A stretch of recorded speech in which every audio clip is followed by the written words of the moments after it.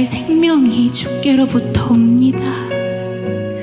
나의 생명은 주어지고 죽음으로 향해 가는 것이 아닙니다.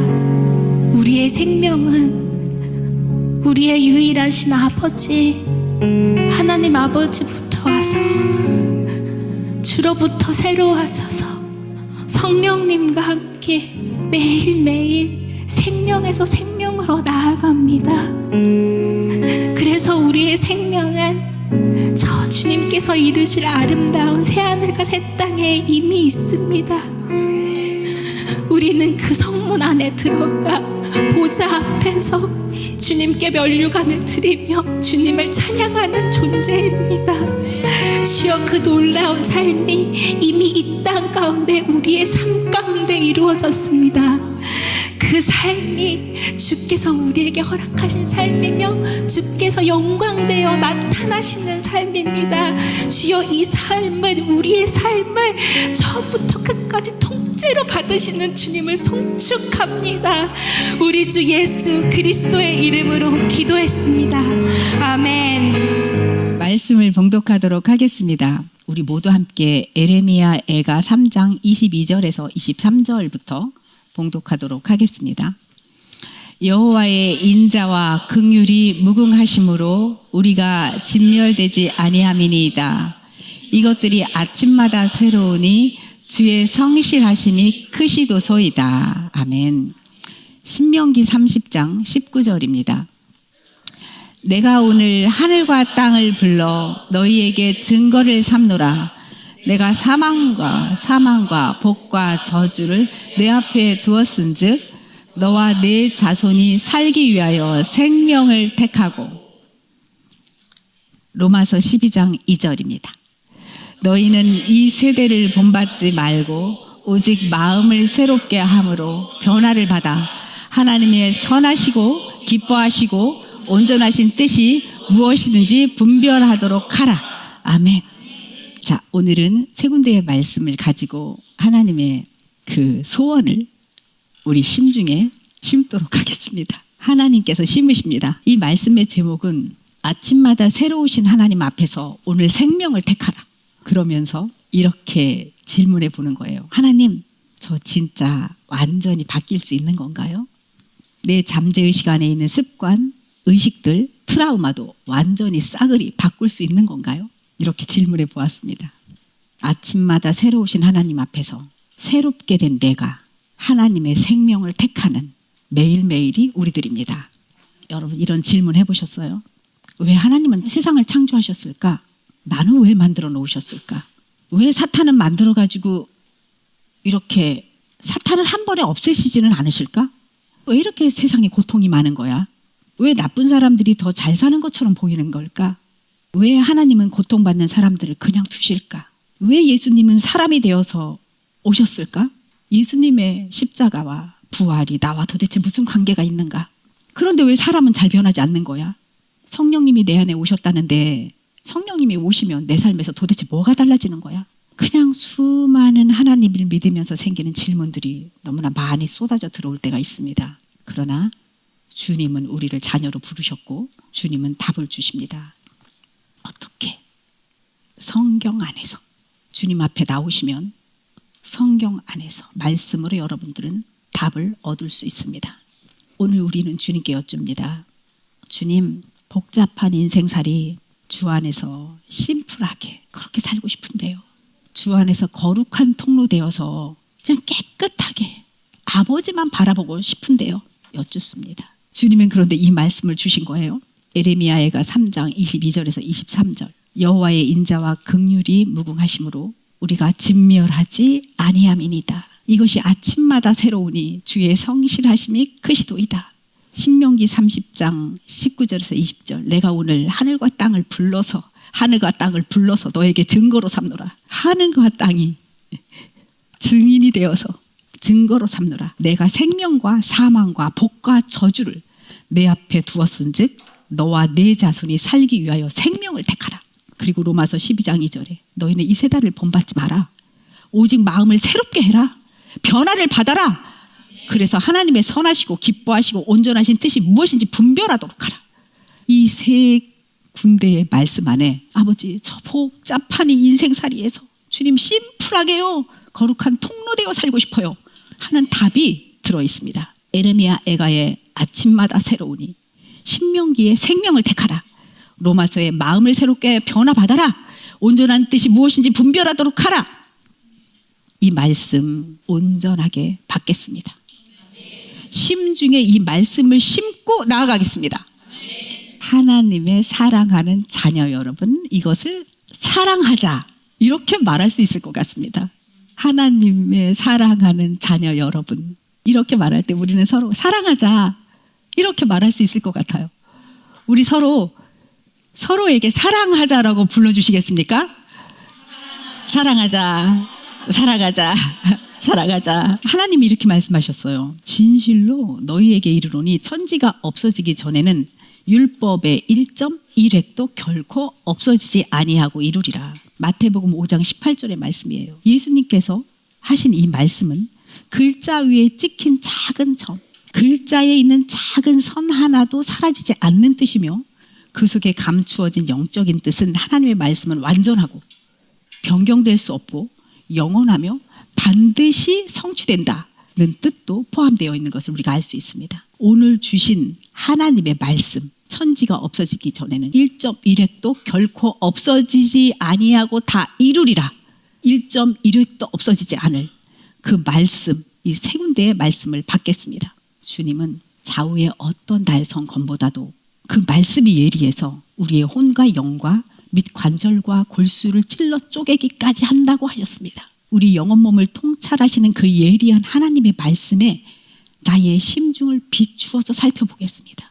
내 혼이 깨어서 생각과 감정을 분별하는지, 영이신 말씀으로 몸의 통치를 받으며 지금 살고 있는지 우리가 지금 주도 면밀하게 들여다보겠습니다. 하나님의 영의 말씀에 따라 순종하며 영으로서 몸의 행실을 다 죽이는, 영으로서 몸의 모든 것을 통치받는 그 아름다운 영역 안으로 들어가서 지금 살아가고 있는 우리의 모습도 상상해 보겠습니다.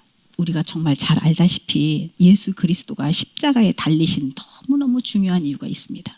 하나님과 우리가 하나됨을 위해서 십자가에 달려 돌아가셨습니다. 저 복잡한 인생살이 주님 안에서 심플하고 거룩한 통로되고 싶어요를 이루어 주시기 위해서 십자가의 사랑으로 하나님과 사람들의 막힌 모든 담을 허무셨고, 정말 이제 우리는 어떤 절차도 없이 그냥 막 지성소로 들어갈 수 있게 되었습니다.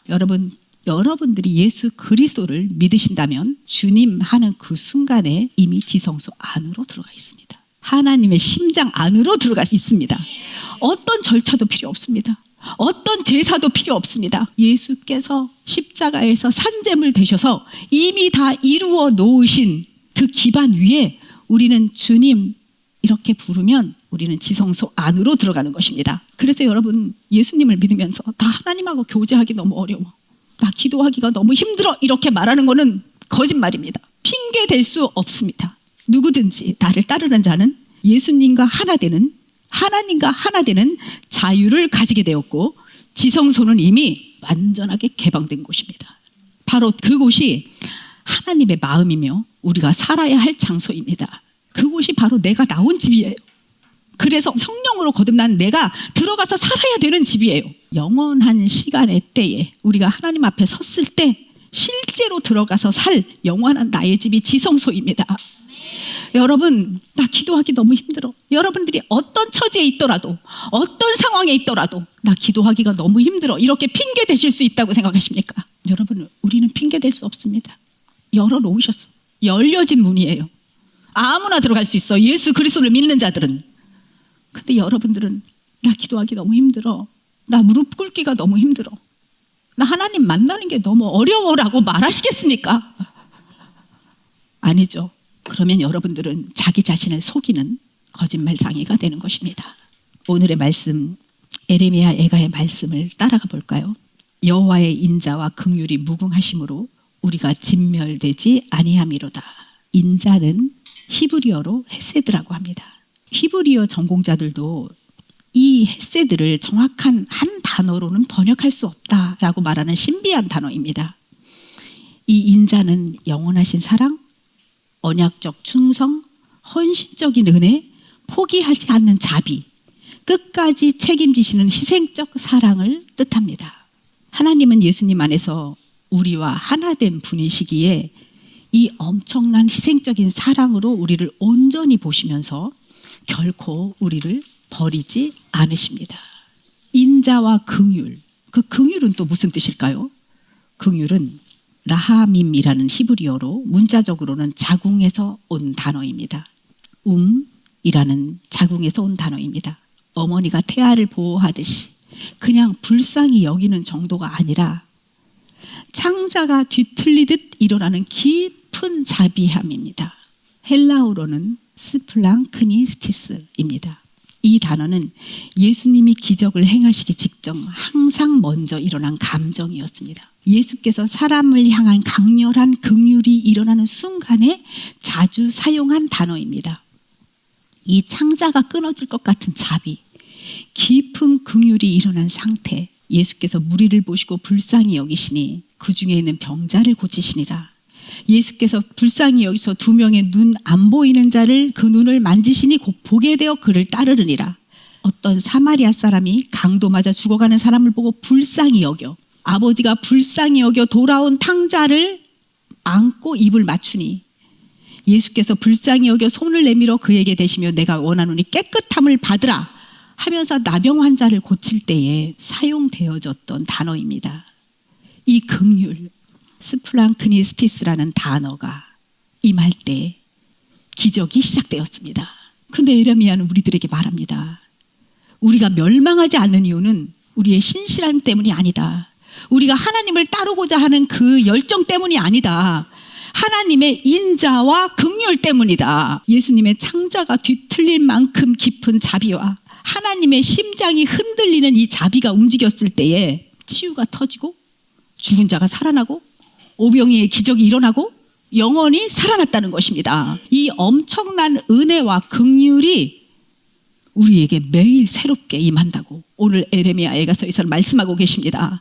이 긍휼이 우리에게 매일 새롭게 임합니다. 오늘을 사는 우리의 기본값입니다. 아멘.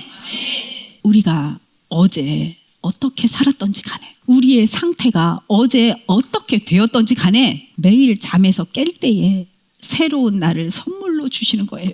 새로운 나를 창조해서 새로운 나에게 주시는 거예요. 매일매일 흘러가는 나를 사는 우리들이 아닙니다. 이어져 있는 것 같은데 하나님이 보시기에는 새 날이고 우리들에게는 새롭게 창조된 새 날이며 우리도 새로운 존재라는 겁니다.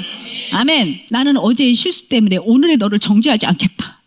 내가 준 새로운 하루는 새로운 너를 위한 은혜가 있는 인자와 긍휼이 있는 날이다. 하나님은요 이렇게 날만 새롭게 하신 것이 아니라는 거죠. 우리도 새롭게 하실 준비가 이미 갖추어져 있는 거예요. 새로운 날에 데이에 새로운 날을 허락하시는 거예요. 엄청난 날을 우리가 살고 있는 겁니다. 그냥 하루하루 지나면서 이어져 사는 건 줄 알았습니다. 그런데 하나님께서는 아침마다 새로우니 주의 성실함심이 크시도이다. 이것들이 아침마다 새로우니 여호와의 인자와 긍휼이 무궁하심으로 우리가 멸망하지 않는다. 우리가 멸망하지 않는다. 우리가 진멸되지 않는다. 왜? 아침마다 새로우니. 할렐루야. 그리고 신명기 30장 19절에서는 이렇게 말씀하시죠. 내가 오늘 하늘과 땅을 불러서 너희에게 증거를 삼노라. 하늘도 와, 땅도 봐. 내가 내 사랑하는 자녀들에게 생명과 사망과 복과 저주를 줄 거야. 나의 자녀들은 그들과 그들의 자손을 살기 위해 생명을 선택할 거다. 너무 자신 있게 하늘과 땅을 불러서 하나님의 자녀들에게 모든 것들을 펼쳐 보여주시고 내 자녀들이 무엇을 선택하는지 봐라 하는 겁니다. 우리는 무엇을 택할 겁니까? 우리는 생명을 택할 겁니다. 영의 생각을 따르면 나도 살고요. 나의 자손들도 살아납니다. 하나님은 새로운 땅을 우리에게 주신 거죠. 우리가 그 새로운 땅을 어떻게 살 것입니까? 어떻게 살아야 합니까? 그 선택은 우리에게 맡겨져 있습니다. 우리에게 맡기셨습니다. 하나님은 절대로 강요하지 않으십니다. 우리에게. 왜냐하면 자유의지가 있어서 진정한 사랑이기에 우리가 선택하라고 하는 거예요. 억지 사랑이 아닌 거죠. 그래서 우리가 선택합니다.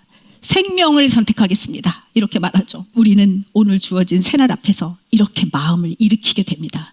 네, 주님 알겠습니다. 네, 주님, 저와 자녀들을 위하여, 자녀의 자녀들을 위하여 저는 생명을 선택하겠습니다. 하나님의 마음 안으로 들어가겠습니다. 그래, 너와 네 자손이 살기 위해서 생명을 택하라. 여기서 말하는 생명이 그냥 오래 사는, 장수하는 것이겠습니까? 아니죠. 생명은 삶의 방향, 하나님이 주시는 마음, 하나님이 주시는 생각, 하나님이 주시는 감정, 하나님이 주시는 반응을 선택하는 것을 말합니다. 그냥 하나님의 것이 내 것이 되는 것을 말합니다. 하나님과 하나됨. 내 자녀들은요, 나의 선택을 보고 배웁니다. 나의 습관이 자녀들의 습관이 됩니다. 생명을 선택하면 내 자녀들에게도 생명의 길이 열리는 거죠.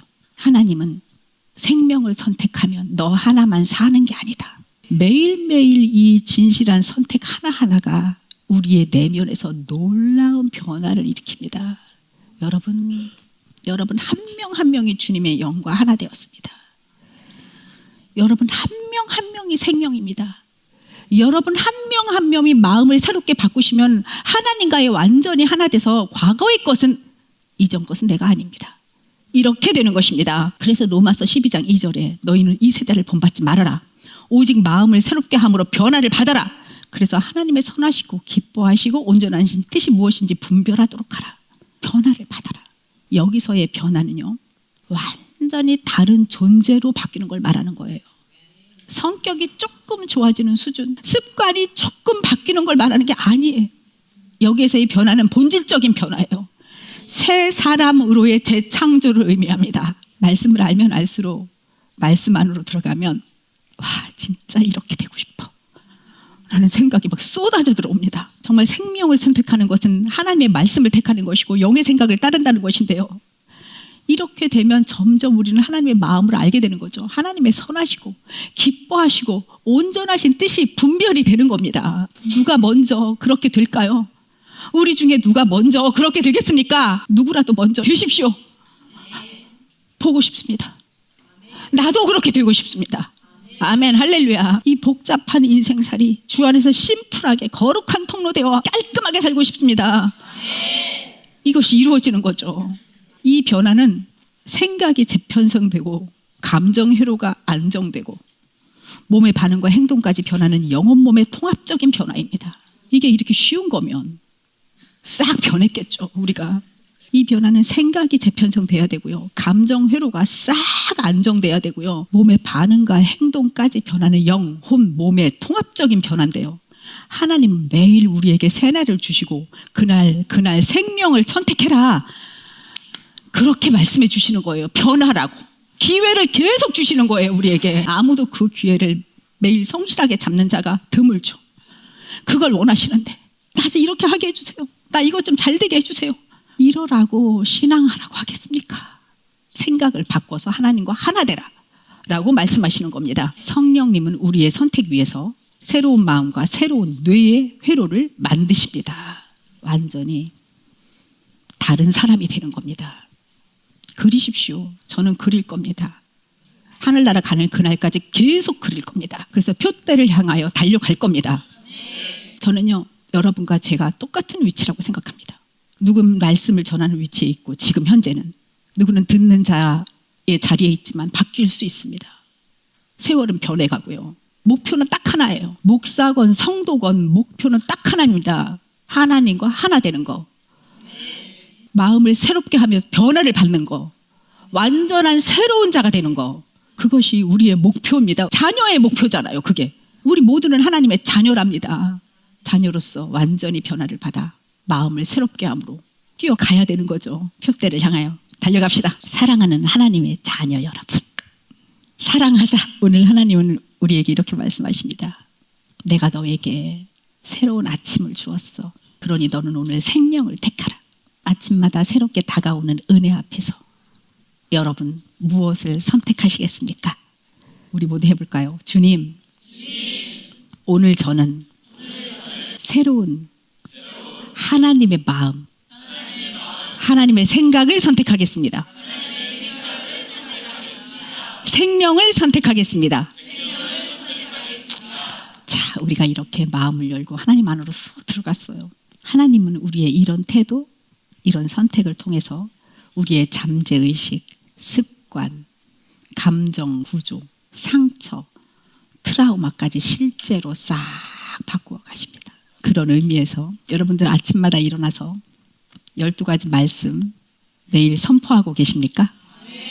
말씀을 선포하는 이 작은 선택 하나가 인생 전체를 바꾸는 씨앗이 됩니다. 왜냐하면 말씀은 살아있고 운동력이 있기 때문입니다. 이게 바로 영의 양식입니다. 심중에 씨앗을 심는 일입니다. 여러분 반드시 해야 됩니다. 신앙생활 모호한 것 아닙니다. 명확한 것입니다. 주님은 말씀 1.1획도 틀리지 않고 다 이룬다고 말씀하셨습니다. 주님은 말씀을 선포하고 묵상하라고 하셨습니다. 묵상이 무엇입니까? 선포하는 겁니다. 우리는 주 예수 그리스도의 신부입니다. 매일매일 거짓자를 부인하는 삶을 살아가면서 기름병의 기름이 점점 차오르고 있는 예수 그리스도의 신부 되었습니다. 그럼에도 왜 사람은 잘 변하지 않는 것일까? 나는 왜 이렇게 잘 안 바뀌지? 많은 사람들은 신앙생활을 하면서 가장 깊이 낙심하는 지점입니다. 왜 같은 죄를 계속 반복하여 지을까? 왜 똑같은 감정에 또 흔들릴까? 어제 이 감정에 넘어졌었는데 나 또 이 감정에 또 넘어졌네. 그리고 사람은 잘 안 변해 하는 말이 왜 나는 사실처럼 들릴까? 그렇지 뭐 안 변하지 뭐. 이 말을 저절로 응수하고 있다면 여러분들은 그래 사람은 잘 안 변해 하는 말을 믿는 거예요. 하나님은 사람을 새롭게 하신다고 하는데, 생각을 변화하라고 하는데, 매일 새 아침을 주시고 새 날을 창조해 주시고 우리를 새롭게 만든다고 하시는데, 사탄은 우리에게 오랫동안 심어놓은 게 있죠. 사람은 잘 안 변해. 왜냐하면 이 변화의 어려움은 인간이 나약하기 때문이 아닙니다. 혼의 구조와 내면의 깊은 그 메커니즘을 모른 채 살아가고 있기 때문입니다. 혼의 세계는 보이지 않는 세계죠. 생각과 감정과 의지와 잠재의식이 서로 막 얽혀있는 보이지 않는 깊은 구조를 가지고 있습니다. 뇌의 기억과 감정 회로와 호르몬의 변화와 신경 물질의 화학적인 변화로 말미암아 고착화되고 막 이렇게 엉켜 있습니다. 우리는 눈에 보이는 행동만 보고 저 사람 변화되지 않았네? 이렇게 말합니다. 그렇지만 실제로 변화되지 않는 더 깊은 뿌리가 있습니다.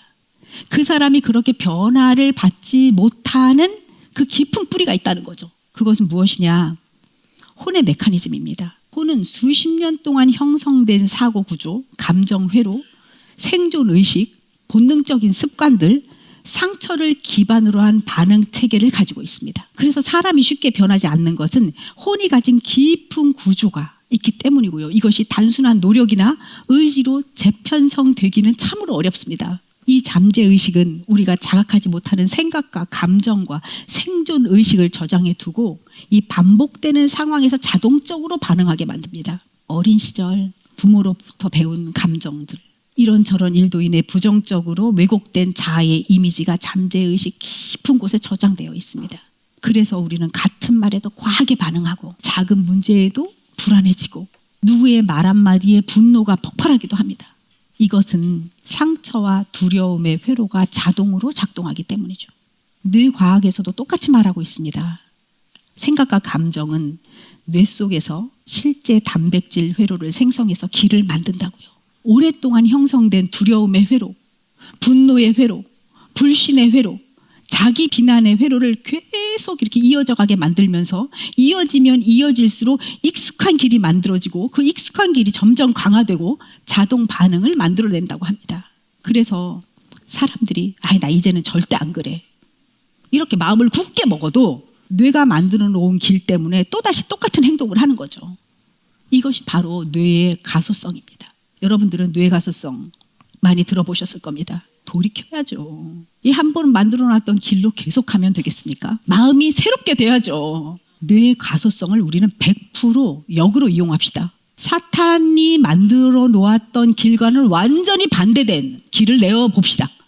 새로운 길을 창조합시다. 이런 변화가 불가능하겠습니까? 아니죠. 절대 그렇지 않습니다. 가능합니다. 우리는 하나님께서 새로워질 수 있는 존재로 이미 창조하셨습니다. 하나님은 우리를 변하지 않는 고착화된 존재로 만들어 놓지 않으셨습니다. 여러분, 부정적인 생각과 감정과 태도와 습관을 우리의 부모를 통해 배웠다 해도요, 우리는 영으로 만들 수 있어요. 그 위에 말씀으로 멋진 하나님의 마음을 구축할 수 있습니다. 옛날에 만들어졌던 사탄이 심어놓았던 그 모든 것들 싸그리 없애고 쫙 제로로 만들어 놓고 거기에 하나님의 말씀으로 새롭게 건축할 수 있습니다. 혼이 새로워지고 마음이 변화되고 생각이 재편성되는 것이 구원을 이루어가는 성화의 과정이라고 합니다. 이렇게 로마서 12장 2절에 마음을 새롭게 함은 우리가 하나님의 말씀에 순종할 때 뇌의 화학적 단백질 연합이 새롭게 조직되고 새로운 신경회로가 만들어지는 실제적인 변화가 일어납니다. 심중에 새겨진 말씀은 혼이 순종함으로써 영에서 통치를, 생각을 밝히고 감정을 치유하고 의지를 새롭게 하고 결국에는 뇌와 몸을 변화시키는 생명의 능력이 됩니다. 그래서 심중에 말씀을 심는 겁니다. 아멘. 우리 안에 계신 성령 하나님께서는 우리의 혼을 새롭게 하시는 분이십니다. 말씀으로 성령님은 우리의 감정을 안아주시고 깊이 박힌 상처의 거짓된 결과를 싹 바꿔주십니다. 하나님은 우리 안에 깊이 박혀져 있는 거짓된 생각과 그런 감정들을 말씀으로 들춰내시고 새로운 감정으로 바꾸시면서 참 자아로 만들어 놓으십니다. 오래된 사탄의 회로를 완벽하게 끊으시고 새롭고 멋진 거룩한 길을 만들어 놓으시는 것입니다. 그렇게 역사하십니다. 그래서 성경은 말합니다. 너의 속사람의 능력으로 강건하여지고 마음을 새롭게 함으로 성령의 능력으로 사람이 강건해진다는 얘기죠. 우리는 얼마든지 강건해질 수 있습니다. 할렐루야. 사람이 잘 변하지 않는 이유 아셨죠? 마음에 새겨진 사탄화된 요소들이 깊고 견고하게 뿌리 박혀 있기 때문이지만 우리가 변할 수 있는 이유는 하나님이 인간을 창조하실 때에 새로워질 수 있는 존재, 그런 존재가 바로 우리들입니다. 이 변화는요, 즉각적으로 기적적으로 일어날 수도 있어요. 그런데요, 말씀 앞에 머물러 마음을 새롭게 하면서 조금씩 회로가 재편될 수도 있어요. 어떤 분은요, 예수님을 믿고 한순간에 훅 이렇게 변하시는 분들도 있어요. 근데 어떤 분은요, 계속 말씀을 묵상하면서 성령의 인도하심을 따라서 조금씩 사탄의 통치로 갔던 뇌의 회로가 싹 바뀌어서 말씀을 심으면서 하나님의 생명의 길로 가죠. 우리는 어떤 영역은 즉각적으로 변화를 받은 부분도 있으실 거예요. 우리의 영역은 굉장히 많잖아요. 생각의 영역들이. 근데 어떤 부분은 진짜 안 바뀌어서 고착화되어 있어서 나 왜 이렇게 안 바뀌지? 이러는 영역도 있어요. 그래서 더 치밀하게 나를 들여다봐야 되는 거예요. 저도요, 너무너무 지긋지긋하게 안 변하는 부분이 있어요. 그래서 그것 때문에 더 치밀하게 나를 들여다봅니다. 말씀 안에서 바뀌고 싶어서, 말씀 안에서 하나 돼서 반드시 주님 나 바뀌었어요, 이렇게 하고 싶어서 치밀하게 들여다보는 부분들이 있습니다. 이럴 때 우리는 성령님을 계속 바라봅니다. 아주 치밀하게.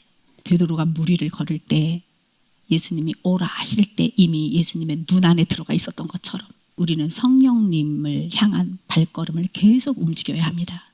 이 방향을 의식하며 살 때에 우리는 놀랍도록 변화를 받는 겁니다. 영으로서 몸의 행실이 죽어지는 창조의 질서 속으로 들어가는 거예요. 그러면서 우리는 조건에 따라 행합니다.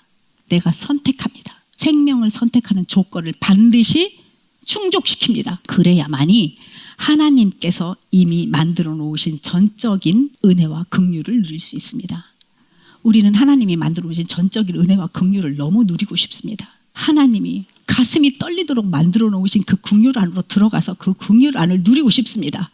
그런데 하나님과 하나 되지 않으면 그 긍휼을 누릴 수 없습니다. 하나님이 새날을 만들어 놓으셨습니다.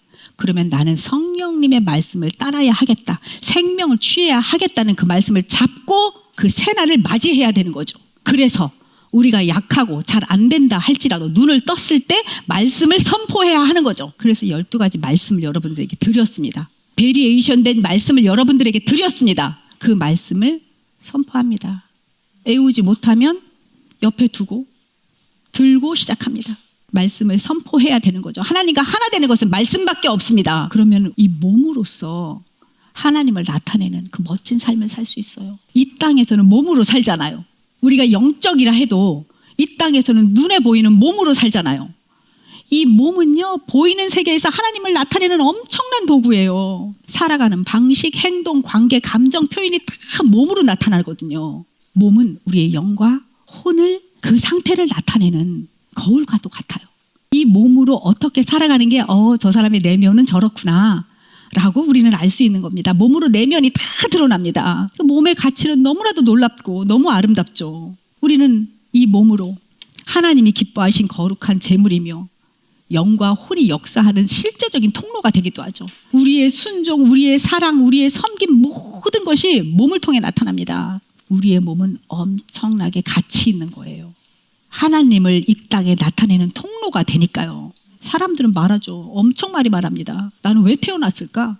내 삶에 도대체 무슨 의미가 있을까? 우리는 우연히 태어난 존재처럼 느끼면서 방향 없이 걸어갈 때도 많습니다. 내가 뭐 쓸모가 있나? 이 세상에? 그런데 성경은 우리의 존재가 우연이 아니라는 거예요. 하나님의 의도와 목적 속에서 시작되었다고 분명히 말씀하고 계세요. 1.1획도 틀림이 없으시잖아요. 우리의 이야기는, 우리의 탄생은 부모의 선택이 아니라는 거예요. 하나님의 마음에서 시작된 이야기라는 거죠. 우리가 이 땅에 태어난 것은요, 부모가 선택해서 나를 이 땅에 내보낸 게 아니라는 거예요. 에베소서 2장 10절에 우리는 그가 만드신 바라 그리스도 예수 안에서 선한 일을 위하여 지으심을 받은 자니 이는 하나님이 전에 예비하사 우리로 그 가운데서 행하게 하려 하심이라. 할렐루야. 여러분 우연히 태어나셨습니까? 부모가 선택해서 나왔습니까? 아닙니다. 우리는 그가 만드신 바라. 우리는 예수님이 지으신 바다. 할렐루야. 하나님은 우리를 하나님의 형상과 모양대로 만드셨어요. 형상은 존재의 본질이에요. 아버지의 본질을 그대로 갖고 있어요. 그리고 모양대로 만드셨어요. 아버지의 마음에 합하게 되는 becoming, 되어가는 중이에요. 지금 우리는 성화되어 가고 있다고요. 우리는 하나님과 하나 되는 길을 지금 걸어가고 있습니다. 우리가 태어나는 이유 분명합니다. 하나님의 생명과 사랑을 나타내기 위해서 하나님의 가족으로, 하나님의 자녀로 부름받았습니다. 우리는. 여러분의 가치가 우습습니까? 우연히 태어난 것 같습니까? 아닙니다. 무엇보다 중요한 태어난 목적이 뭔지 아세요? 우리가 하나님의 자녀잖아요. 하나님의 사랑을 받는 것이 목적이고요. 하나님을 나타내는 것이 우리의 삶의 목적이에요. 하나님의 의도와 부르심만이 우리의 삶의 목적입니다. 우리는 하나님의 사랑을 마음껏 누릴 수 있고요. 우리는 하나님을 나타낼 수 있습니다. 하나님과 마음이 하나 되기만 하면, 우리가 성령의 방향을 바라보기만 하면, 거짓된 모든 것을 부인하고 십자가에 못 박기만 하면, 예수 그리스도가 그래서 오셨으니까. 아멘. 얼마든지 우리는 그분 뜻 안에서 거룩한 통로로 사는 것이 너무너무 가능합니다.